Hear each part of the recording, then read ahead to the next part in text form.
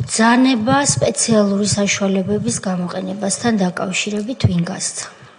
ბრძანება სპეციალური საშუალებების გამოყენებასთან დაკავშირებით შესაბამისი გეგმის და პოლიციის შესახებ კანონის შესაბამისად იმ შემთხვევებში, როდესაც ეს ეხებოდა ცრემლსადენ გაზს, გავეცი მე, იმ შემთხვევაში, როდესაც ეხებოდა წყლის ჭავლს, გავეცი მე, სხვა შემთხვევებში სპეციალური საშუალებების გამოყენების ბრძანება არც მე და არც ჩემს მოადგილეებს არ გაუციათ. ზუსტად იგივე პასუხი არის დაკითხვის ოკმშიც.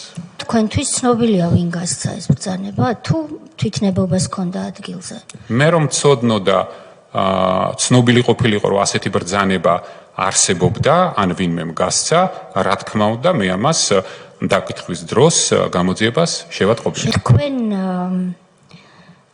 რათან მიმდევრობით გამოიყენეთ სხვადასხვა საშუალებები, რომლებზეც თქვენ გაეცით ბრძანება? ზუსტად იმ თანმიმდევრობით, რომელიც არის პოლიციის შესახებ კანონში. ჯერ ცრემლსადენი გაზი, შემდგომ წყლის ჭავლი. ტყვიები რა მომენტში იქნა გამოყენებული?